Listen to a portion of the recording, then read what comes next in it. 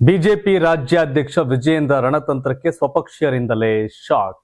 S, ಮಹರ್ಷಿ ವಾಲ್ಮೀಕಿ ಪರಿಶಿಷ್ಟ ಪಂಗಡಗಳ ಅಭಿವೃದ್ಧಿ ನಿಗಮದ ಬಹುಕೋಟಿ ಹಗರಣದ ಆರೋಪ ಎದುರಿಸುತ್ತಿರುವ ಬಿ ನಾಗೇಂದ್ರ ಅವರಿಗೆ ಮತ್ತೆ ಸಚಿವ ಸಂಪುಟದಲ್ಲಿ ಸ್ಥಾನ ನೀಡಿರುವುದನ್ನು ವಿರೋಧಿಸಿ ವಿಪಕ್ಷ ಬಿಜೆಪಿ ಹೋರಾಟ ತೀವ್ರಗೊಳಿಸಿದೆ. ಈ ವಿಷಯವಾಗಿ ವಿಧಾನಸಭೆ ಸ್ಪೀಕರ್ ನೇತೃತ್ವದಲ್ಲಿ ನಡೆದ ಸಮಿತಿ ಸಭೆಯಲ್ಲೂ ಬಿ ನಾಗೇಂದ್ರ ಅವರ ಸಚಿವ ಸ್ಥಾನದ ವಿಚಾರವಾಗಿ ಯಾವುದೇ ಒಮ್ಮತ ಮೂಡದ ಹಿನ್ನೆಲೆಯಲ್ಲಿ ಸಚಿವರ ರಾಜೀನಾಮೆಗೆ ಬಿಜೆಪಿ ನಾಯಕರು ತೀವ್ರ ಪಟ್ಟು ಹಿಡಿದಿದ್ದಾರೆ.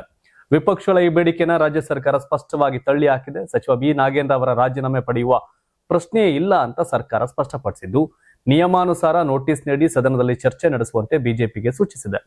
ಈ ಮೂಲಕ ವಿಪಕ್ಷಗಳ ಒತ್ತಡಕ್ಕೆ ಮಣಿಯೋದಿಲ್ಲ ಎಂಬ ಖಡಕ್ ಸಂದೇಶವನ್ನ ಸರ್ಕಾರ ರವಾನಿಸಿದೆ.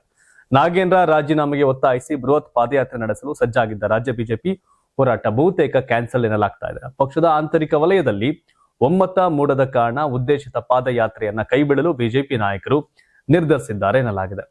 ರಾಯಚೂರು ಜಿಲ್ಲೆಯ ದೇವದುರ್ಗದಿಂದ ಬಳ್ಳಾರಿಯವರೆಗೆ ಪಾದಯಾತ್ರೆ ನಡೆಸಿ ಸರ್ಕಾರದ ವಿರುದ್ಧ ಜನಾಭಿಪ್ರಾಯ ರೂಪಿಸಲು ಬಿಜೆಪಿ ರಾಜ್ಯಾಧ್ಯಕ್ಷ ಬಿವೈ ವಿಜಯೇಂದ್ರ ಅವರ ನೇತೃತ್ವದಲ್ಲಿ ಬೃಹತ್ ರಣತಂತ್ರ ರೂಪಿಸಲಾಗಿತ್ತು.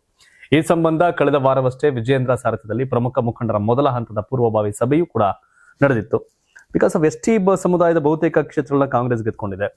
HD ಕೋಟೆ, ಮೊಳೆಕಾಲ್ಮೂರು, ಚಳ್ಳಕೆರೆ, ಜಗಳೂರು, ಇನ್ನು ಮೇಲ್ಗಡೆ ದೇವದುರ್ಗ ಆಗ್ಬೋದು, ಮಾನ್ವಿ ಆಗ್ಬೋದು.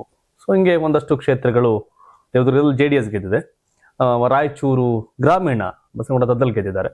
ಸೊ ಹಾಗಾಗಿ ಮುಂದೆ, ಯಾಕೆಂದ್ರೆ ವಾಲ್ಮೀಕಿ ಸಮುದಾಯದ ಅಭಿವೃದ್ಧಿಗೆ ಮೀಸಲಿಟ್ಟ ಹಣವನ್ನ ತಿಂದು ತೇಗಿ ನೀರು ಕುಡಿದವರಲ್ಲ ಕಾಂಗ್ರೆಸ್ನವರು. ಅಲ್ಲ, ಯಾಕಂದ್ರೆ ಆ ಕಾಂಗ್ರೆಸ್ನ ಸರ್ಕಾರದ ಅವಧಿಯಲ್ಲಿ ಆದಂತಹ ಕಾರಣ, ಹಾಗಾಗಿ ಅವರೇ ಅದನ್ನ ಲೋಕಸಭೆಗೆ ಬಳಸಿದ್ದಾರೆ ಅನ್ನೋ ಕಾರಣಕ್ಕೆ ಇವೆಲ್ಲ ಇಟ್ಕೊಂಡು ಹೋರಾಟ ಮಾಡಿದ್ರೆ ಮುಂದೆ ಆ ST ರಿಸರ್ವ್ ಕಾನ್ಸ್ಟಿಟ್ಯೂನ್ಸಿ ನಾವು ಗೆಲ್ಲಬಹುದು ಅನ್ನೋ ಲೆಕ್ಕಾಚಾರ ವಿಜಯೇಂದ್ರ ಅದು. ಬಟ್ ಅದು ಬೇರೆ ಬೇರೆ ಕಾರಣಕ್ಕೆ ಬೇರೆ ಬೇರೆ ವ್ಯತ್ಯಾಸಗಳು ಆಗ್ತಾ ಇದೆ. ಅದೇನೂ ಮಾಡೋಕ್ಕಾಗಲ್ಲ. ಎಲ್ಲರನ್ನೂ ವಿಶ್ವಾಸಕ್ಕೆ ತೆಗೆದುಕೊಳ್ಳಲು ಮೊದಲಿಂದಲೂ ಪ್ರಯತ್ನ ಮಾಡಿದ್ರೆ ವಿಜಯೇಂದ್ರ ಸಾಧ್ಯ ಆಗಿರೋದೇನು. ಬಟ್ ಈಗ ಕಡೆಗಳಿಗೆ ಒಂದಷ್ಟು ಯುದ್ಧ ಕಾಲದಲ್ಲಿ ಶಸ್ತ್ರಾಭ್ಯಾಸ ಅನ್ನೋ ಥರ ಏನೇನು ಮಾಡ್ತಾ ಇದ್ದಾರೆ. ಬಟ್ ಅದಷ್ಟು ಕೈಗೂಡದಂಗೆ ಕಾಣ್ತಾ ಇಲ್ಲ. ಇನ್ನು ಇವರು ಕಾಂಗ್ರೆಸ್ ಅವ್ರು ಕ್ಯಾರೆ ಅಂತ ಇಲ್ಲ. ಎಲ್ಲ ಬಂಡ್ ಬಿದ್ದುಬಿಟ್ಟವ್ರೆ.